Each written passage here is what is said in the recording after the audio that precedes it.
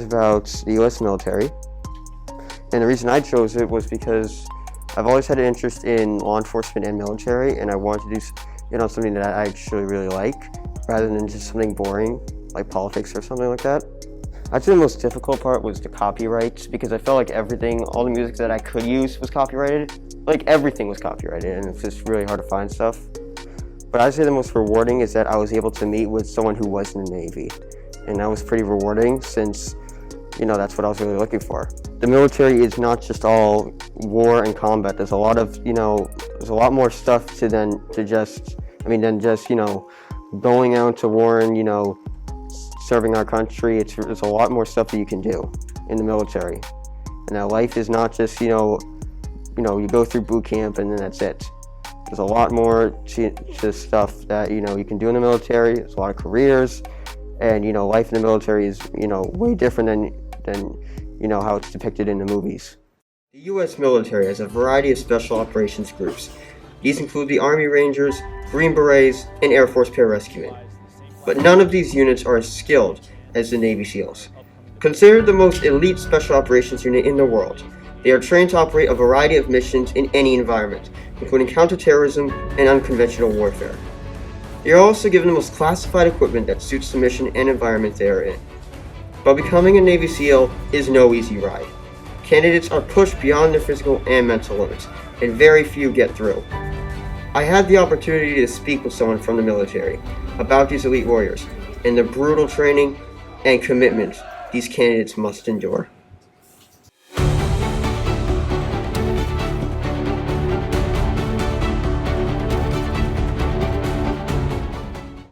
The name of my documentary is Police Life, and I chose to do this topic because I want to be a police officer when I'm older, and it's something that I'm interested in learning about. I would say the hardest part about it was organizing everything and getting everything ready to film, and definitely contacting everybody. So yeah, just the whole organization part of it. And the most rewarding part was just the final product, I would say, and the feeling of getting all my clips together and finishing it. I just want them to learn that police officers are pretty normal people, like especially our Needham police officers, and they're people you can trust, and they're all super awesome. I've always wanted to be a police officer since I was little, but I never really understood exactly everything that the job entails. And I don't think many people actually do understand what the full job entails. Most of what people think is, yeah, they just get the bad guys. But I really wanted to take a look into what a police officer's life is like and the different kind of police officers. In this documentary, you will see a community resource officer for the Needham High School and a retired NYPD officer who was on the job for almost 26 years.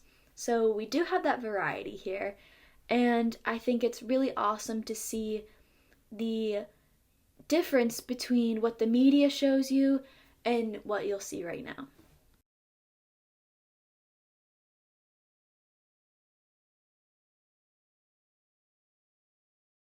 Hi, I'm RJ Poirier. I'm the school resource officer for the Needham Police Department. This is Rocket, Officer Rocket, and he's the newest member of the Needham Police Department, and he's our community resource dog. What does being a police officer mean to you? Being a police officer means serving my community, serving Needham, and doing my part to make sure that Needham's a safe community and everybody within the community feels welcome. Why did you decide to become a police officer? I decided to become a police officer to help people. I previously served in the Marine Corps, and I like service. I like serving my community, so it was a good fit for me. The name of my documentary is Ethical Consumption in a Modern World, and I chose it because I'm kind of into environmentalism. I think it's really important that we know how to impact the environment in a positive manner, because there's a lot of information going around about what you should do and what you shouldn't do, and just to kind of make it more clear on what is actually beneficial or in what ways you can help. Not a lot of challenges, I'll be honest, because there are a lot of resources out there if you just know where to look. And I had a good interview, and I think that was very beneficial. And there was a kind of an abundance of footage, like just basically photos of the earth.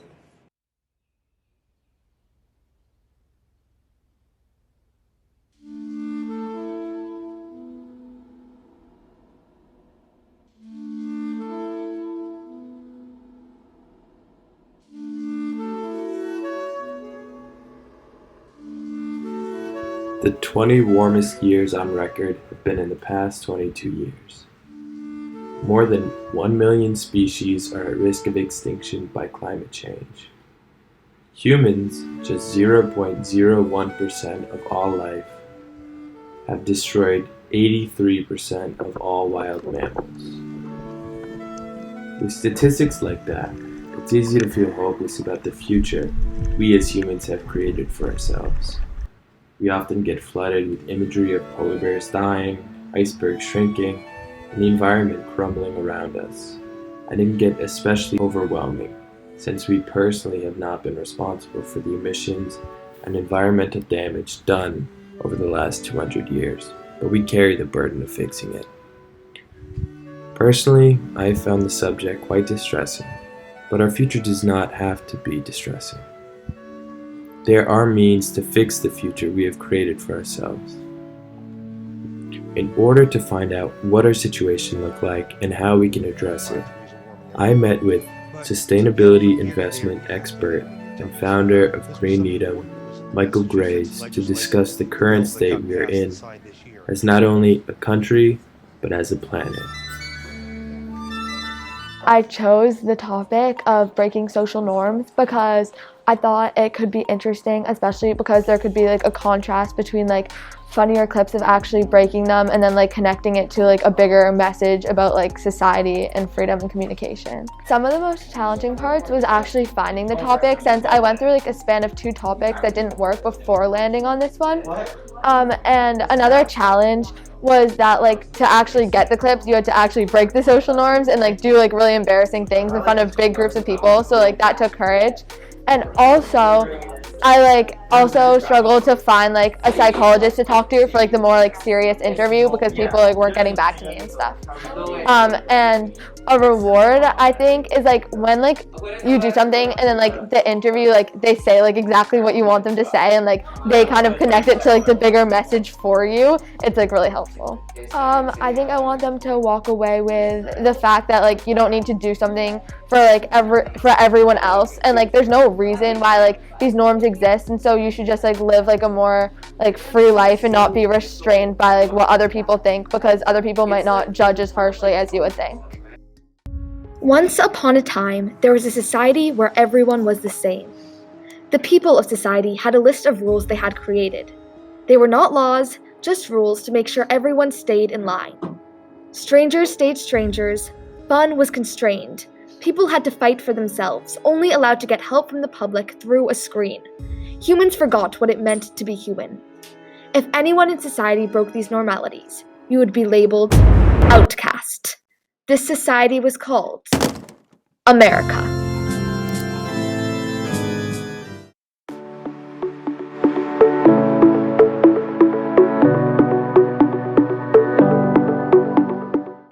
The name of our documentary is Playing Through the Pandemic, and it's about how the COVID-19 pandemic has had an effect on high school sports. We chose this documentary because we ourselves are both athletes and enjoy sports, and with the cancellation of sports a little over a year ago, we thought it'd be a good topic to discuss and show people how we've been able to come back and do sports better than we thought we would. Honestly, it's part of why we're making the documentary is the pandemic and the guidelines in place. We weren't in school as much, we weren't in school working together, and didn't have the opportunity to get as much time in the studio with the computers to do interviews and edit and things like that, which made it harder to complete. I'm proud of the amount of work and we put into this. We've interviewed a bunch of different people from different towns we have over like 3 hours of footage that we're cutting down to 30 minutes, so I'm just proud of us being on task and be able to do that. I guess for me, I just want people to understand how much work and collaboration and sacrifices were put in by so many different organizations and groups of people to be able to return to sports safely in a time like this. Yeah, I want people to realize how hard it is, even like looking beyond high school sports and professional athletes who their ideas, like their whole life revolves around sports, and how hard it is to go without that. Like for some people, sports is their life, so when sports gets canceled, it like takes a part of them away, and I want people to be able to look at like how we've been able to help people be better like mentally and have their sports come back and have fun again. The return of spring is an exciting time for everyone, but especially for athletes. In Massachusetts, most high schools were ready for their spring athletic seasons to begin on Monday, March 16th, 2020. For these kids, playing their sports keeps them going. Many of them put in countless hours of work to excel when the season comes around, if the season comes around. On March 12th, just the Thursday before the start date of the new season, the landscape of the whole world was soon to change. Over the past few weeks, we've seen COVID-19 spread around the globe. Of course, March 13th last year was a tough day that we lost school for 2 weeks and we postponed sports for 2 weeks. Honestly, at that time, I didn't anticipate us still going through this. We'd heard about COVID, but we didn't really know. We weren't really that worried about it. They said we got 2 weeks off for school. I feel like everyone was kind of excited. We were like, 2 weeks off, then we'll go back, we'll finish the year, have our sports, which wasn't the case. And looking back on that now, it's crazy to think how wrong we were about that. It seemed like every school and business on the planet had shut down, and the whole world was at a standstill. At the time, the next steps were hard to predict, until it became clear that kids weren't stepping foot into their school buildings for the remainder of the school year. No school obviously meant no sports, and no 2020 season for all the spring athletes.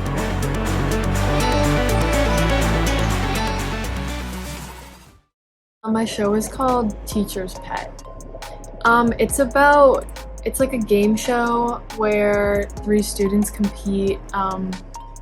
They're like asked questions about like a teacher, and they have to see who knows the teacher best. I just thought it would be fun because I've done like more serious videos in classes like these, and it would be pretty easy and fun to do with like people, like students I know and teachers that are cool, I guess. Challenges was definitely COVID. It was really tough to like get everybody in one room, like with different cohorts and everything. Rewards, probably like getting to do it because I got to do it with like some friends of mine, and yeah, so filming it was really fun. Probably just to like have a good time when they watch it, and that, I don't know, I guess like students and teachers like can have a fun relationship sometimes. I am a senior, and a fun fact about myself is, once I was bit by an emu. Was that true? Yes, it's true. I did not know that. Interesting. Okay, you can go, Maya. Okay, I'm Maya. I am a senior, and a fun fact about me is that I have a piece of pencil lead stuck in my hand. Oh. Yep. Love it. Okay, sorry. Hello, my name is Charlotte. I'm a senior. And a fun fact about me is that I used to trapeze. I did not know that. Oh my gosh. Jordan's furniture. Nice. Okay, so I'll just explain the rules really quick. But I mean, they're really not rules. So there's 3 rounds, and I ask you a question, 2 questions each round. The first one's a little different. I do 2 in a row, but the other 2, it just goes down the line twice. And so you get 5 points for every right answer. You don't lose any points if you get it wrong. You just get 0. And then there's like a big final question, which I'll explain when I get there, but that's 10. And then between each round, there's little pop quizzes that are 2 points for each. And those are like randomized, kind of. I have a little spinner. You'll see. Okay. So the first round, it's like our favorite and like least favorite of something. So I'll start with you, Luca, and your first question is, Well, the first question I asked her is, what is her favorite thing about teaching? My documentary title is The Journey to the Broadcast Booth, and it is about the journeys that sports broadcasters take to where they are now and their experiences. Sports broadcasting is something that I've loved for a long time, and it's something that I thought of really pursuing as a career, and I thought it'd be really interesting to not only make this documentary about it and interview some broadcasters that I know, but also to learn from them. I think the most challenging part was, just sort of the early stages of editing, getting all my clips together. I definitely asked, I think I asked maybe like 15, 16 questions, so getting a lot of those sound bites together was also difficult, just because some interviews were longer than others. And I think the most rewarding part, like I said earlier, was just learning. Learning from these people, even though they weren't on national channels or anything, they still sort of made it in the industry that's now a very tough industry to make it in. So I think it was really nice to learn from them and to see how I can apply what they teach me. I kind of want them to sort of see the hard work it takes to become a sports broadcaster. I think the sort of thing about broadcasters and reporters, it's like the really good looking in the spotlight, hold the microphone, they're meant to be there, and that they just know stuff off the top of your head. I think there's a lot of work and preparation that goes into being a broadcaster that people don't know about, and it takes a long time it could take some time to become successful, so I think I want people to know that. Growing up, we always watched athletes on TV. They're the ones that were highlighted, and they always had the cameras on them. We know the journeys they took to get to where they are at. But what about the broadcasters? The ones who give you daily insight on the world of sports, and the ones who give you play-by-play of your favorite sports games. Their journey may not be as difficult, but it certainly has its obstacles. 800 sports broadcasters will be hired before 2022, and from 2016 to 2026, the number of broadcasting jobs will fall 9%. So how do broadcasters make it in a now more competitive industry? In this documentary, you will learn about the journey that these sports broadcasters went on to getting where they are at today and their experiences in the industry now.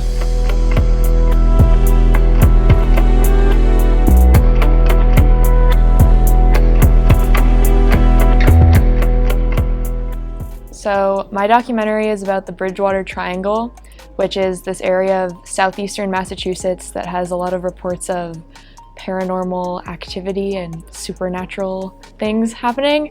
And I chose it because I'm interested in paranormal things and also true crime. And once I researched more about it, I just found so many different things that were just really weird, and I didn't know that this place ever existed before. The most challenging part is probably right now, just trying to finish it before I graduate. It's a lot of footage to go through, and it's just a very long process. The most rewarding part, I think, was getting to interview everyone. It was really interesting to see all the different perspectives on my topic, and I learned a lot from the people I interviewed. I think I want people to learn more about the area that they live near, the history surrounding it, and also the legacy that the Bridgewater Triangle has. The Bermuda Triangle is one of the most recognizable names in the world of supernatural activity. But few know that southeastern Massachusetts has its own version of the Bermuda Triangle, and it is just as terrifying for its own paranormal and spiritual reasons. What an amazing euphemism. Spiritual. You mean crazy, crazy haunted evil. I like that. Spiritual. Yeah, okay. That's like calling the devil misunderstood.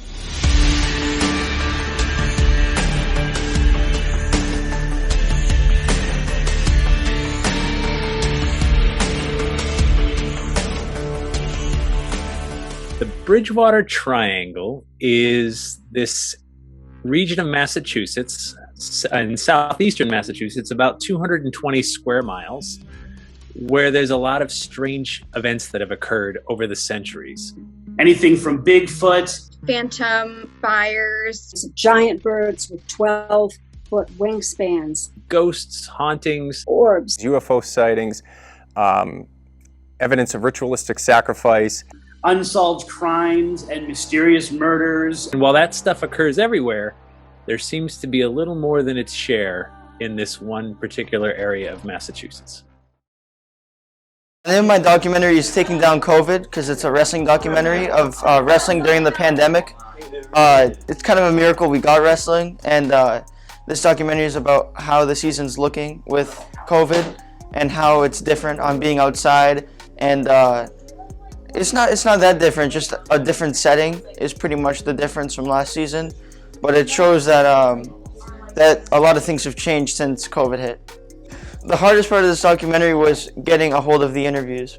The most rewarding part was talking to those people because they're very important to the documentary and this school community. Something very important is that wrestling isn't just strength, it's also a lot of technique and speed. You get to really see the sport now for people that haven't really gotten to know it.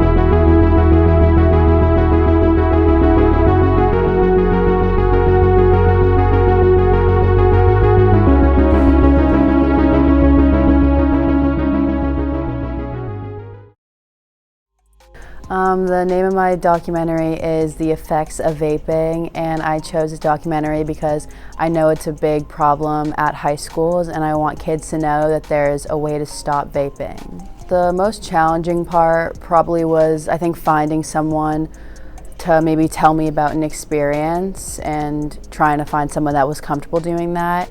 And something that was rewarding was probably getting to show kids that they do have a chance to quit and it's easy and they can just do it.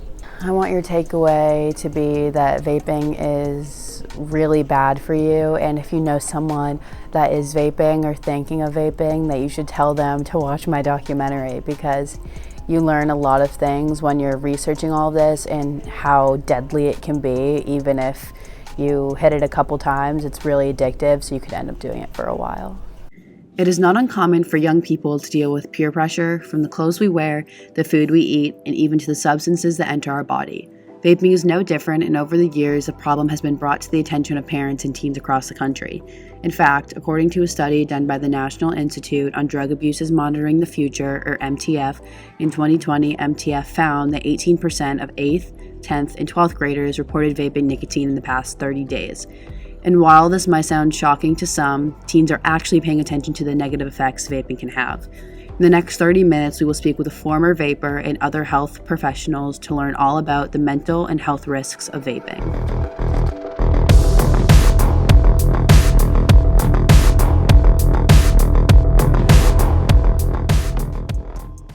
The name of my documentary is Everything to Know About Division I Football, and the reason I chose this topic is because I'm pretty passionate about football, and especially I very much enjoy college football and watching it, seeing those who play it, and just kind of understanding the experience was kind of something that I wanted to have and kind of portray to the audience. I think the most challenging part was probably getting the interviews itself and kind of getting prepared for them.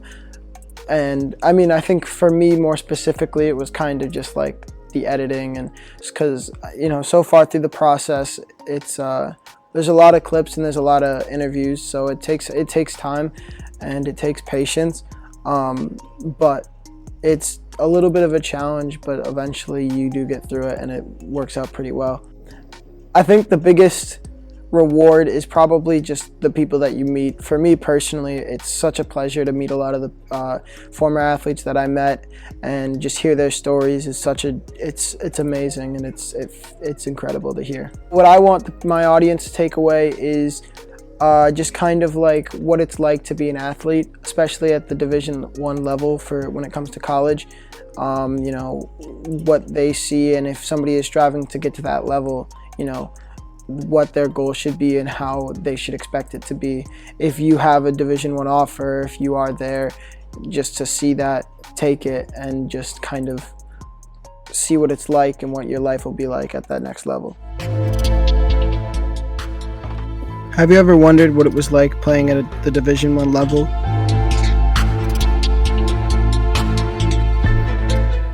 Do you want to understand what players who played college football at Division I schools went through? Well, there are about 110 spots on an NCAA college roster. In the next 30 minutes, we can show you what it's like to be one in those 110.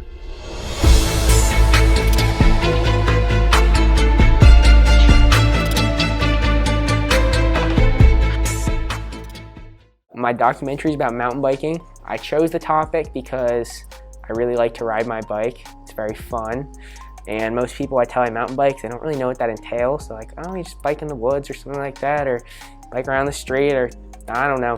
They don't really seem to have a clear idea or grasp of what I like to do. So I thought it'd be a great way to share it and get more recognition about what I like to do. The most challenging part of making my documentary is picking a topic. Because at first I was going to do really scholarly topics like Zionism or the history of like the Back Bay. And those don't really interest me, but Miss Guthrie saw that they didn't really interest me, so she said, pick something you like or are excited about. And I thought at the time what was the most exciting thing in my life, which is riding my bike, because it's very fun. So now it's kind of making me more interested in the filmmaking process, and it's not much of a chore, so that's kind of like also a rewarding part. But the most rewarding part, I think, is getting to talk to people I know, about their really interesting life stories, about how mountain biking has affected them. Because for me, it's kind of like a hobby, but I didn't realize it's had so many positive changes on a lot of people I know that are really deep and profound. I want people to know what it is, different types of it, and that it's really fun and has a lot of positive benefits, not just to like exercise, but also it helps you grow, helps you push your limits. You get to know a lot more about yourself and what you can do.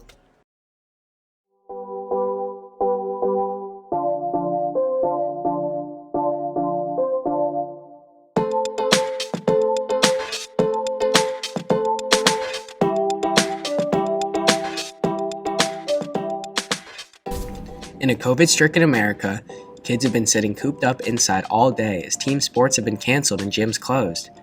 Families and teens have been turning to the outdoors more than ever to escape being cooped up inside the house all day.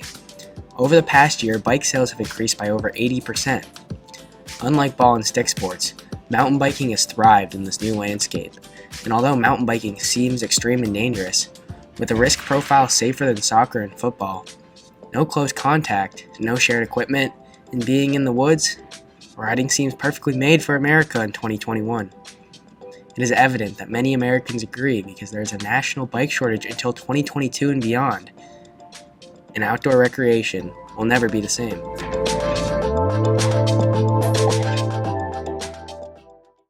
My documentary is about the microprocessor industry and how it's changed in recent years. And I'm doing it because I find it interesting and I think it's prevalent because everyone has a computer, so it's important to know about them. The most challenging part was probably trying to find people to interview because it's kind of hard to just search out someone who knows about a very specific thing because there are a lot of people, but it's hard to find someone who knows a lot about it and is qualified. But it's rewarding because I have found people, and I think that I have a lot of good material because when you find someone who knows about it, they know a lot about it. I don't know if there's a takeaway, but I want people to walk away with more knowledge of how their computers, how the industry affects their everyday lives, because prices change, the specifications of computers change, and that's important for everyone, whether they realize it or not. Everything in this world revolves around computers, and by proxy, processing power. The phone that you use to make calls and texts, the data centers that allow you to access the internet, and even the cash registers at the grocery store. Like it or not, the world runs on computers, so the faster the computers, the faster the world as we know it runs. The part of the computer that controls it all is the Central Processing Unit, or CPU. For a long time, Intel had a near monopoly on these, but that is all changing.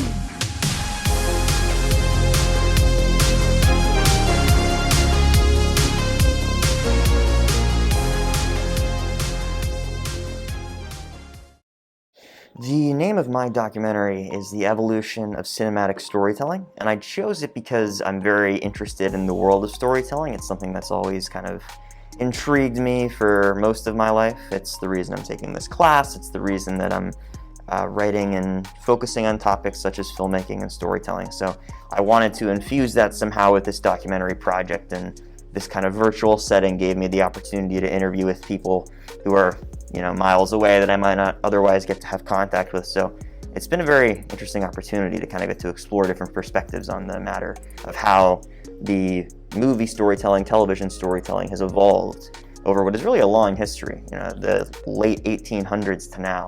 And stuff's changed a lot, but also some stuff hasn't changed a lot. I think it's fascinating.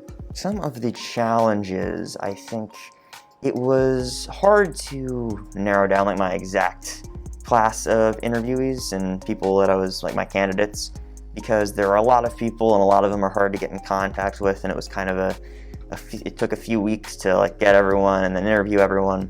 But kind of the reward with that is that even though it was hard to nail those perspectives, once I had all those interviews, it was all very enlightening, and I felt like I had 4 very good conversations that are really going to help add a lot to my documentary.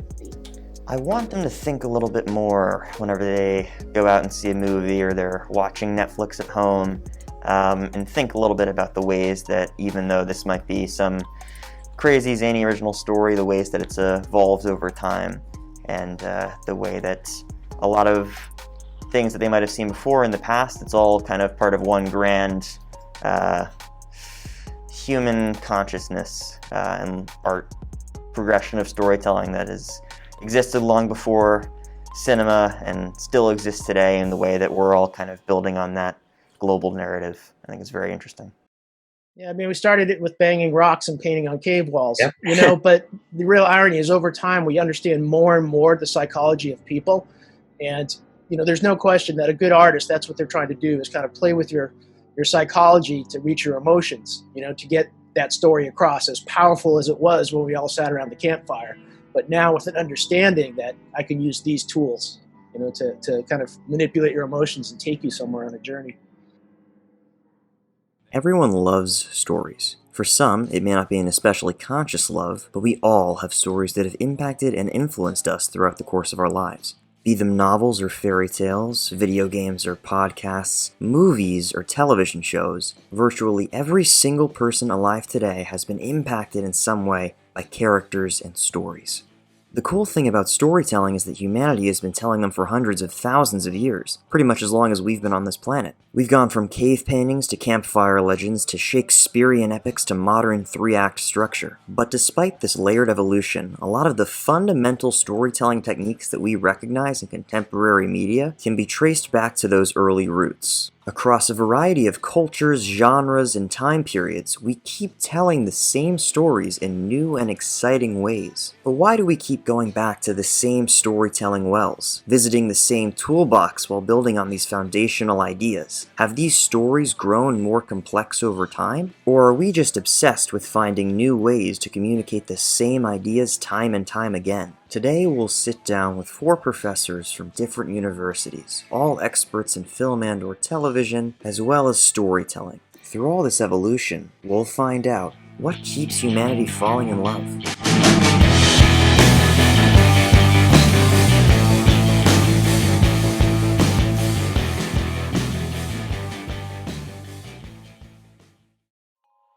So the name of my documentary is The Social Game, and it's about social media's impact on high school and college sport basketball.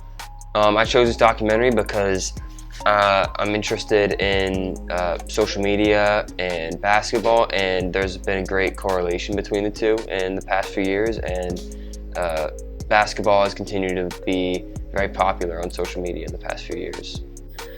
Some of the challenges were reaching out to people to interview.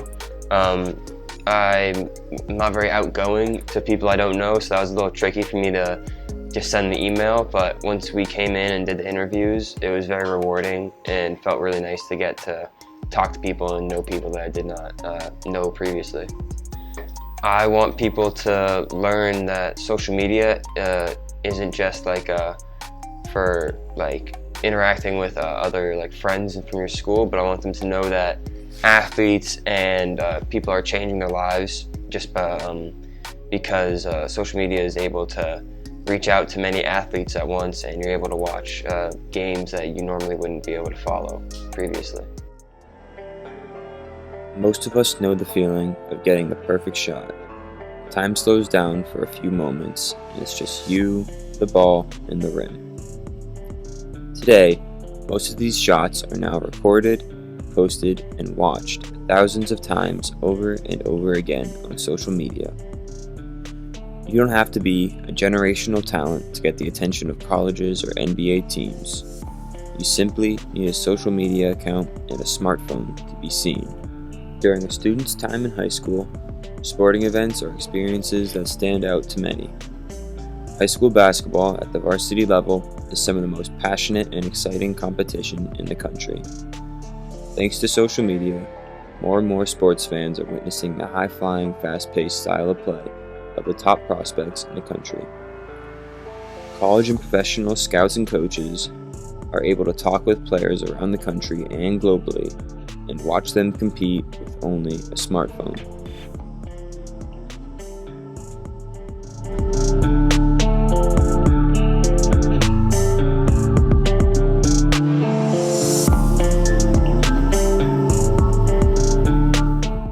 So my title is Soccer in the U.S. versus the rest of the world. The title is pretty self-explanatory. It's of what people think of soccer in the U.S. versus of what people think of it in other countries. For me, the most challenging part was finding people to interview, because a lot of people I wanted to interview were on like actual teams, and it was not the easiest to reach out to a team and find out if they can provide a player to talk to me about an interview and talk about what they think.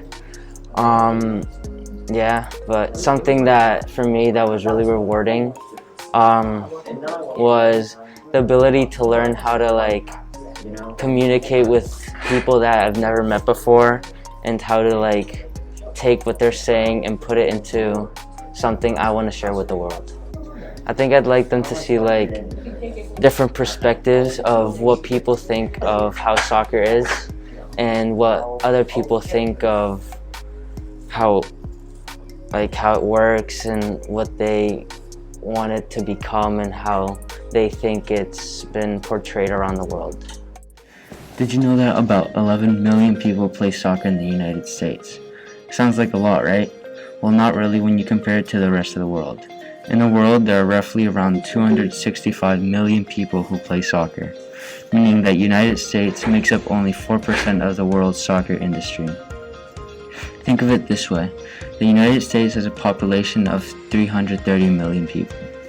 England has a population of 56 million people. However, 24.4 million people from the United States play soccer, and England has over 25.2 million people who enjoy soccer. The United States has a population over 5 times England, but England still has more people who enjoy soccer. People have always known that soccer in the United States just hasn't been as popular as other sports, such as basketball, football, baseball, etc. But we have never asked each other why. Let's find out, shall we?